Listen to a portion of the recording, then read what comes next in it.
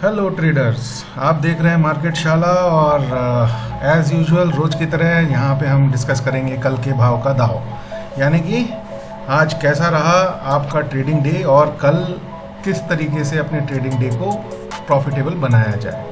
आपके सामने निफ्टी का चार्ट और ये लास्ट बॉक्स जो कि बता रहा है किस तरीके से आज मार्केट का प्राइस एंड एक्शन रहा।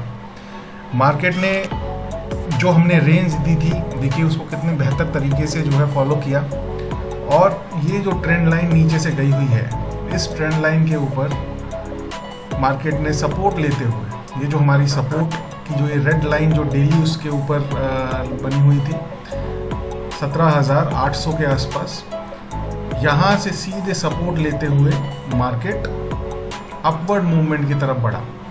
तो अगर देखा जाए कि मार्केट ऊपर भी था, फिर नीचे गया, फिर ऊपर गया, तो पोजीशन कहाँ लेना चाहिए था।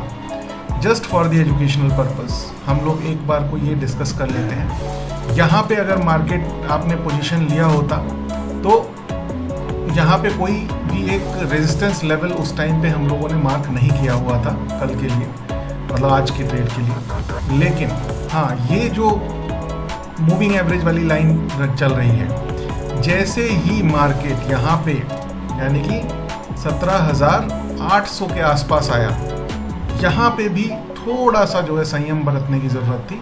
लेकिन यहाँ जैसे ही मूवमेंट दे करके ये जो है ये मूविंग एवरेज के ऊपर एक क्लोज दिया, यानी कि अराउंड 2 बजे के आसपास, जहाँ से आपका रिस्क एंड रिवॉर्ड भी फेवरेबल हो सकता था। और यहाँ पे आप एक पोजीशन बना करके कम से कम 17,827 से लेकर के 17,882 तक का जो एक मोमेंटम जो है मिला है, यहाँ पे लगभग आप 50 पॉइंट्स के लिए अपना ट्रेड प्लान कर सकते थे। सिमिलरली कल के हाई को अगर आपने एक रेजिस्टेंस मान करके चले होते तो यहाँ पे उसके साथ पोजीशन आपको बनाने के लिए कम से कम ये मूविंग एवरेज को ब्रीच करना ज़रूरी था, जो कि ये ब्रीच जब इसने किया तो वो ऑलमोस्ट जो है सपोर्ट एरिया के पास आ चुका था। तो शॉर्ट कॉल बनने का कोई भी यहाँ पे जो है प्रोबेबिलिटी परसेंटेज के पॉइंट ऑफ बेसिस से कोई भी चांस नहीं बन रहे थे। लेकिन जैसे ही ये सपोर्ट के पास आया, यहाँ से आप एक बार को लॉन्ग ट्रेड लेने का प्लान कर सकते थे। और ये मैं बता रहा हूँ simple future lot buying and trading पे। अगर ऑप्शन की स्ट्रैटेजीज में आप अगर ट्रेड करते हैं तो वहाँ पे स्ट्रैडल स्ट्रैंगल रेशियोज के थ्रू आप इस डे ऑफ एक्सपायरी को बहुत अच्छे से प्ले करके by end of the day एक अच्छा खासा प्रॉफिट जनरेट करके निकल सकते थे। क्योंकि जब आप डेली चार्ट पे इस पूरे प्राइस मोमेंटम को देखेंगे तो आप पाएंगे कि जहाँ पे मार्केट शुरू हुआ, थोड़ा सा गेन लेकर के वहीं पे मार्केट बंद भी हो गया।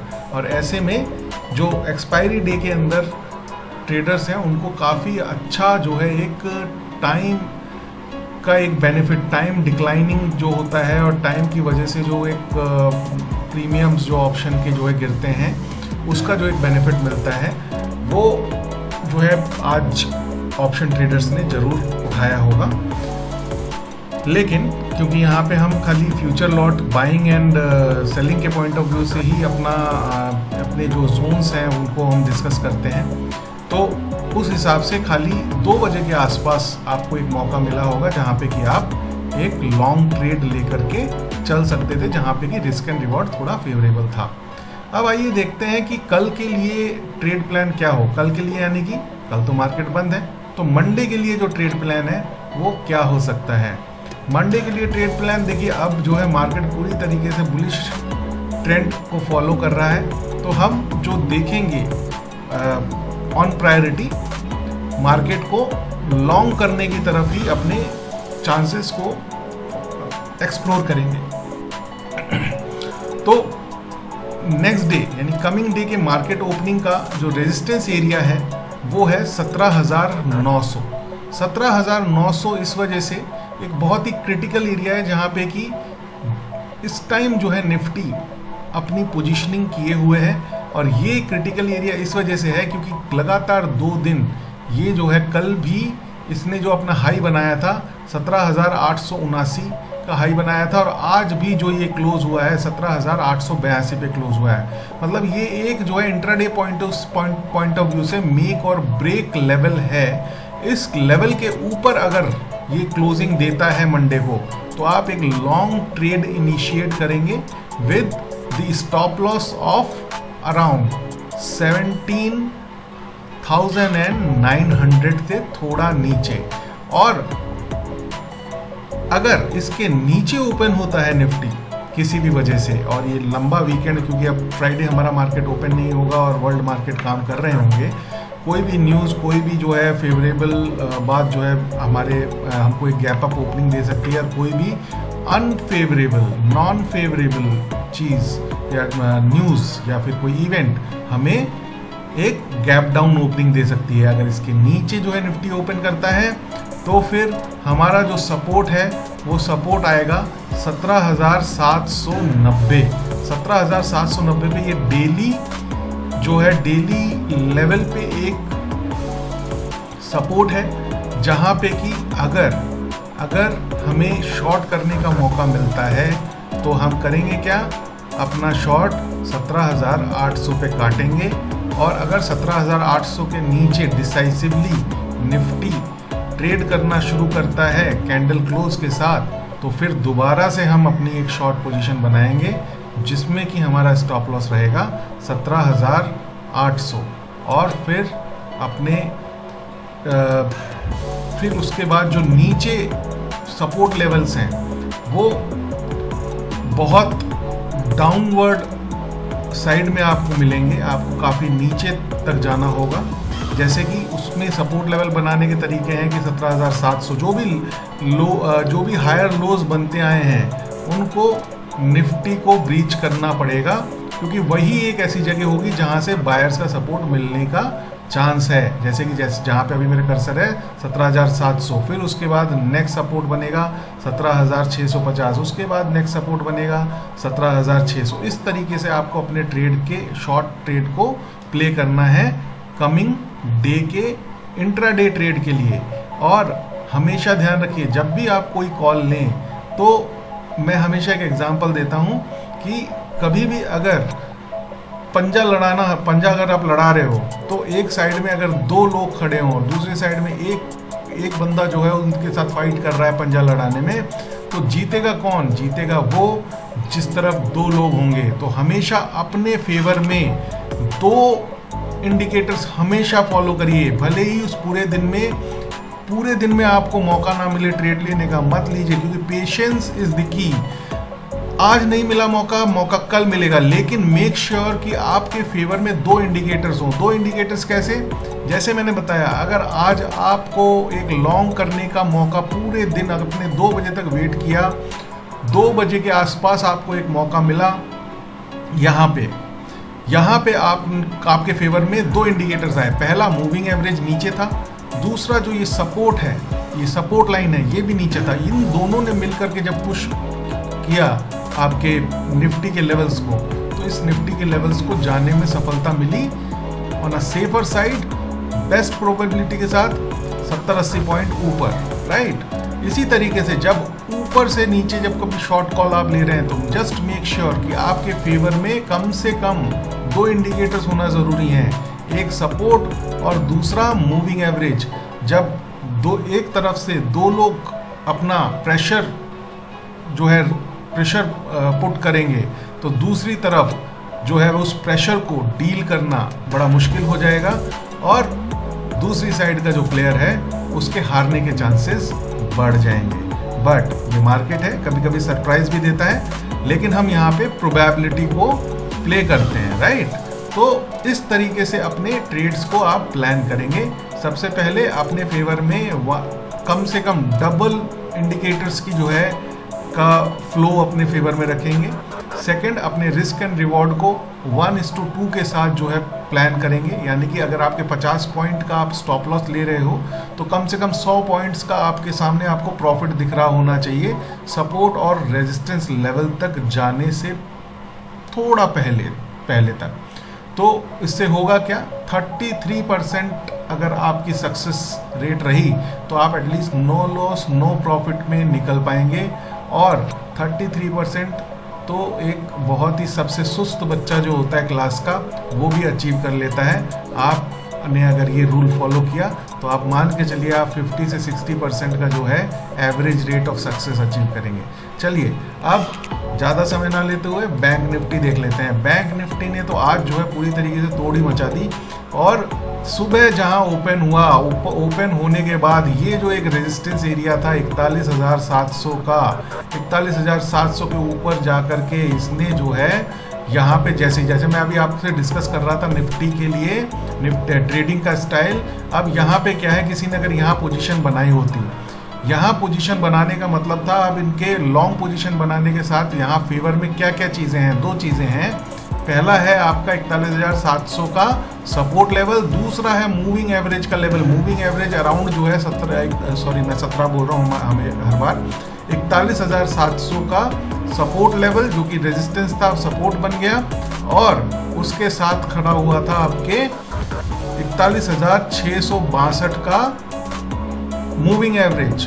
तो इन दोनों, ये दोनों जो है इंडिकेटर्स एक लॉन्ग साइड में आपके फेवर में थे अगर आपने पोजीशन यहाँ ली होती और कैंडल क्लोजिंग बेसिस पे इस ब्लैक लाइन और रेड लाइन के नीचे आपने अपना स्टॉप लॉस रखा होता। दोबारा जो है ध्यान से सुनिए, कैंडल क्लोजिंग के बेसिस पे, मतलब कैंडल एक बार क्लोज कर जाए इसके नीचे, उसके बेसिस पे तो आप देखिए आपका स्टॉप लॉस हिट नहीं होता और आपने गेन आपके पास कितने हाई आए होते हैं, यहाँ से 41,675 से मार्केट ऊपर गया 42,200 तक, लगभग 500 से 600 पॉइंट।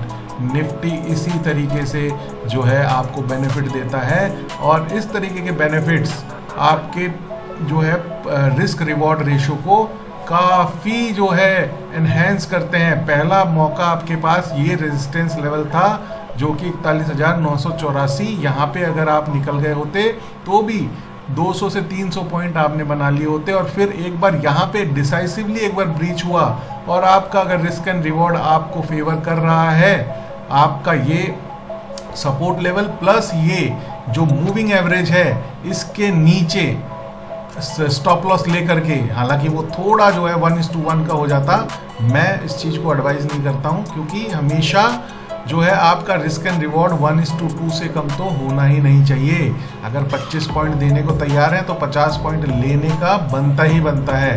हालांकि इसके ऊपर जो रेजिस्टेंस लेवल है वो बहुत दूर है। अब जो है ये बैंक निफ्टी 43,000 से पहले इसके पास कोई रेजिस्टेंस लेवल नहीं है माय डियर फ्रेंड्स। ये एक अच्छी बात भी है और एक थोड़ा सा अनडिसाइसिवनेस भी इसके साथ आता है क्योंकि जितना लंबा जो है आपके पास जो है एक ब्लू स्काई जोन होता है उतना ही आपका जो स्टॉप लॉस है, आपका जो स्टॉप रिस्क है उतना ही आपका इंक्रीज हो जाता है, एनहेंस हो जाता है। तो अब अगर हम देखें कि निफ्टी बैंक में कल क्या करें, माने अगले ट्रेडिंग डे के लिए हमारी स्ट्रैटेजी क्या हो, तो सबसे पहले हमें जो है एक चीज़ तो ये ध्यान रख लेनी है कि हमें जो ट्रेड है वो लॉन्ग साइड पे ही देखना है फिलहाल के लिए, क्योंकि देखिए इसके बाद जो आपका रेजिस्टेंस लेवल है वो है 43,000। 43,000 का मतलब हुआ कि आपके पास और 1000 पॉइंट ऊपर जाना नीचे जाना बैंक निफ्टी के लिए कोई बड़ी बात नहीं है। अगर इस लाइन के आसपास यानी कि 41,984 यानी कि 42,000 के आसपास अगर निफ्टी ओपन होता है तो आप क्या करेंगे, आप एक लॉन्ग कॉल में जाएंगे। लॉन्ग कॉल में जब आप जाएंगे तो आपका जो स्टॉप लॉस है ये सपोर्ट ऑफ 42,000 प्लस जो ये मूविंग एवरेज है जो कि 41,896 नहीं 41,900 के आसपास है, इससे थोड़ा सा नीचे रहना चाहिए। अब आप कहेंगे कि 42,197 पे ऑलरेडी जो है बैंक निफ्टी है तो 400 पॉइंट का स्टॉप लॉस कैसे लें। 400 पॉइंट के स्टॉप लॉस के आगे आपके पास जो आपके सामने जो रेंज है वो है 43,000 यानी कि 400 पॉइंट का बैंक निफ्टी का अगर आप स्टॉप लॉस लेते हैं तो आपको जो रेंज मिल रही है अपने प्रॉफिट बुक करने की वो मिल रही है 1000 पॉइंट ऊपर। लगभग 800 पॉइंट ऊपर, जो कि 400 का आपका 400 पॉइंट्स का स्टॉप लॉस प्लस 800 पॉइंट्स का आपका प्रॉफिट बुकिंग। तो 1:2 यहाँ फॉलो तो कर रहा है, बट कुछ लोगों के मनी मैनेजमेंट के हिसाब से ये उनके लिए फेवरेबल नहीं भी हो सकता है। क्यों? क्योंकि कभी भी अपनी कैपिटल का 2% से ज़्यादा लूज करना आपको नहीं है। और इंट्राडे के पॉइंट ऑफ व्यू से अगर मनी आपका जो है, आपका जो कैपिटल है इंट्राडे का, अगर वो थोड़ा सा बड़ा है तो आप उसको 1% ही मान के चलिए। तो मेरा कहने का मतलब ये हुआ कि अगर 400 पॉइंट यानी कि एक लॉट के ऊपर आपका लगभग 10,000 रुपये का रिस्क है और 20,000 रुपये का प्रॉफिट है, अगर आपका 10,000 रुपये आपके पूरे कैपिटल का 1 या 2% नहीं है। 1 या 2% कब होगा? जब आपका जो 10,000 जो है 1% हुआ आपके 10 लाख रुपए का। अगर आपका कैपिटल जो है, ट्रेडिंग कैपिटल 10 लाख रुपए है, तब जाके 1% उसका 10,000 रुपये होता है। और अगर 5 लाख रुपए आपका ट्रेडिंग कैपिटल है तो 10,000 रुपये आपके 2% हो गए आपके ट्रेडिंग कैपिटल के। ठीक है, तो तब तो आप ये पोजीशन ले सकते हैं। लेकिन अगर ऐसा नहीं है तो आप वेट करेंगे और बैंक निफ्टी को इस सपोर्ट लेवल के आसपास आने के लिए एक मौका देंगे। अगर नहीं आता है तो सबसे पहले money management and risk and reward जो है मस्ट है, उसके साथ हमें नहीं खेलना है, क्योंकि हम मार्केट में रहेंगे तो ट्रेड अगले दिन भी कर लेंगे। यहाँ पे जो प्रोबेबिलिटी बन रही है वो यही बन रही है कि जिस लेवल पे अभी बैंक निफ्टी क्लोज हुआ है, इसके आसपास अगर ये बैंक निफ्टी ओपन होता है कमिंग डे में, तो आपका जो स्टॉप लॉस यहाँ से दिख रहा है वो लगभग 400 पॉइंट का है, लेकिन at the same time 800 point का गेन भी आपको दिख रहा है। लेकिन अगर आपका उतना बड़ा कैपिटल नहीं है तो आप वेट करेंगे बैंक निफ्टी के 41,989 यानी कि 42,000 के आसपास आने का। जैसे ही वो 42,000 के आसपास आए तब जाकर के 42,000 के ऊपर रहने पे आप इसके ऊपर एक लॉन्ग कॉल ले सकते हैं और फिर अपने रिस्क एंड रिवॉर्ड 1:2 के हिसाब से निकल सकते हैं। 1:2 के हिसाब से मैंने इसलिए बोला, फिर आप वेट नहीं करेंगे 43,000 के टच करने का। आपका अगर 50 पॉइंट्स का या 100 पॉइंट्स का आपका अगर रिस्क है, तो जैसे ही 200 पॉइंट्स अचीव होंगे आपको अपना प्रॉफिट बुक करके निकल जाना है। और 200 पॉइंट्स भले ही आपके 42,000 के आसपास, सपोज 42,100 पे आपने अपनी कॉल ली और 42,300 आपका यहाँ पे आ गया, आप निकल जाइए एकदम अपना प्रॉफिट बुक करके। वेट नहीं करेंगे आप यहाँ तक रहने का, फिर दोबारा जो है उस मोमेंटम को देख करके फिर आप प्लान करेंगे। और धीरे धीरे जैसे जैसे आप एक्सपीरियंस्ड हो जाएंगे ट्रेडिंग बिजनेस के अंदर, आप खुद से, आपका जो सबकॉन्शियस माइंड है, आपकी जो एक्सपर्टीज़ है, आपको खुद बताएगा कि कहाँ पे किस तरीके से पोजीशन लेकर के आप अपने रिस्क को मैनेज कर सकते हैं। Trading is all about how you manage your risk patiently. Patience is the key. कई दिन ऐसे आएंगे कि आपको मौका नहीं मिलेगा ट्रेड लेने का, तो ट्रेड ना लेना भी ट्रेड लेना कहलाता है दोस्तों। आई होप आपको मेरी बातें समझ में आई होंगी और आप इनको अपने ट्रेडिंग बिजनेस के अंदर इम्प्लीमेंट करेंगे और सक्सेसफुल ट्रेडर की तरह प्रॉफिटेबल रहेंगे। Okay, thank you so much for your time. Bye bye, see you next.